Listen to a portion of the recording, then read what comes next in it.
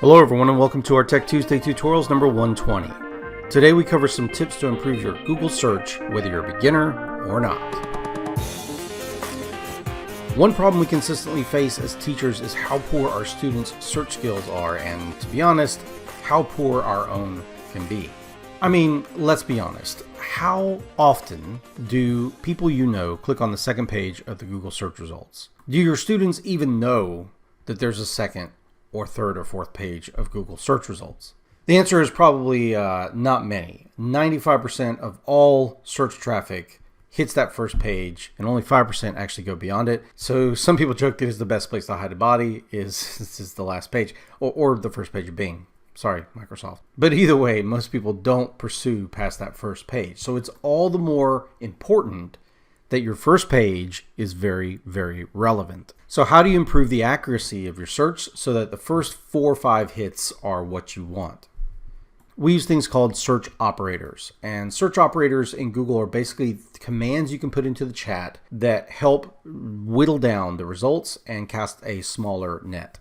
One of the search operators you may not know about is the @ symbol followed by a social media site. So if you say @Twitter and then homework, it turns up homework hashtags and things about homework on Twitter. Now, it's not just on Twitter, it's anything from Twitter. So even the Huffington Post, we're talking about tweets, or BuzzFeed talking about tweets, will show up as well. Another thing you might want to do is something that has like a price, like a laptop for, let's say, $800. So this will turn up websites that are talking about laptops around that price. If you want a range, you can put in 3 dots and ellipses and then the next price you'd like. So let's say $1,100. And then it turns up shopping results and websites that are talking about things in that range. What's interesting is that it shows Google Map results as well, and you can sort by rating and hours. If you keep scrolling down, you'll see other websites. You can search hashtags. So if I did a search here for hashtag Tech Tuesdays, then it's going to turn up Tech Tuesday hashtag on Twitter. It's also going to turn it up on Pinterest and Instagram and LinkedIn and so on. If you allow Google to know your location on some of these, it will actually turn up things that are kind of local in your area. And that might really work for some of these other searches that we're doing. If you'd like to exclude something, let's say I'm doing a search for Pirates of the Caribbean, you'll see it turns up pretty much everything to do with Disney and the movie and things like that. So I can cast a much smaller net by excluding something. So if you get a lot of results you don't like, you can just put minus and then one of the words that shows up a lot on that website.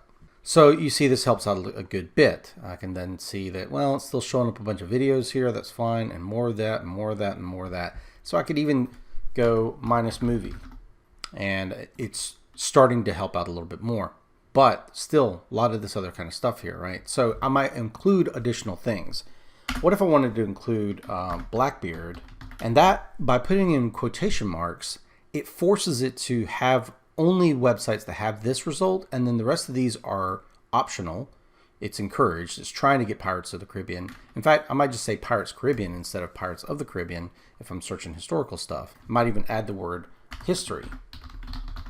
Now, by doing these in quotation marks, again, these are forced to be part of the search results. These are non-negotiable. Here's an interesting example here. This is Edward Teach, or Thatch, possibly Thatch. But let's say I didn't know who his pirate name of Blackbeard, and I just wanted to search for that guy. If you put both in quotation marks, it forces it to be that particular phrase.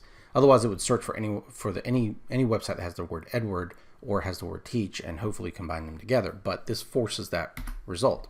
And it would turn up the same way here, but everything here would be about that particular pirate. So combining minuses with quotation marks and phrases can really help refine what you're trying to look for. But it gets a little bit better. So let's say that I wanted to force it to do a search, and maybe I wouldn't need this if I forced it to do a search on a particular website. So you can do a site : operator, and you can make it search certain websites like nationalgeographic.com. Now, all my search results hopefully have the word pirates, hopefully have the word Caribbean. definitely have the phrase Edward Teach and are only on the site nationalgeographic.com. Okay, so let's say I wanted to search for some of our videos in YouTube.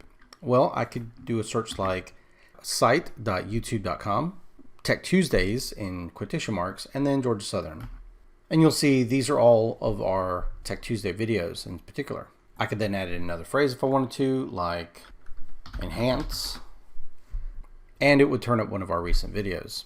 So this site operator can be really powerful because it can let you search for things on websites, particular websites that you want to restrict to. And perhaps you went to somewhere like Edutopia a year ago or something like that, and you saw a really good article on portfolio. Then you could search that and you might like, oh yeah, that's the one. It was actually 5 years ago and this is it. What a lot of people don't know is that you can further restrict things by using tools. And these tools are over here for each of your different search types, which we'll get into in another Tech Tuesday. But I did want to mention it with regards to the regular search. One of the search tools you have here is time. And so this is actually a really big deal because this one was from 5 years ago. I might say, oh, no. It was within the past year, I know. This is also a good way to turn up recent articles about current events.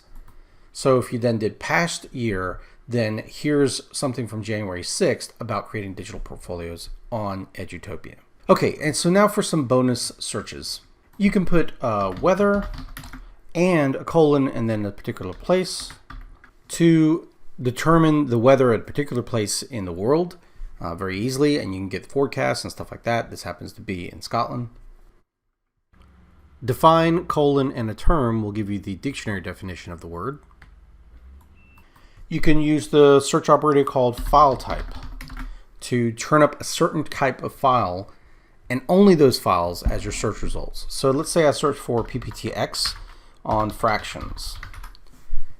Well, all the different search results will be PowerPoint files. So 6th grade math, let's take a look at this one. That's an actual PowerPoint file. It goes directly to it. Let's say I wanted to do a PDF. I didn't want to deal with the websites, I just wanted the actual PDF files. Then I can go in there and click on that, and it's going to take me directly to the file itself. You can use extensions for Office format, text files, PDFs, and a few others like zip files and so on. You could force it to do a location search, and let's say teachers, or the Koof. And these will be only things pertaining to that location with that topic. And last but not least, you can actually use Google as a calculator by just typing in equations and it will solve them. It even obeys order of operations and will calculate things and group them accordingly. Now, it doesn't do algebra obviously, but any of your basic computations, calculations. Google Calculator is even smart enough to answer the age-old question, what is the answer to life, the universe, and everything? 42. The answer is 42. So I hope you all enjoyed this video and I hope you found it useful. And if you did, go ahead and click that like button. Heck, why not support us and click that subscribe button. Click the bell icon to receive email notifications. Leave a comment or an idea for a Tech Tuesday video below. Share this video with your friends. And we'll see you all in the next video. Bye-bye.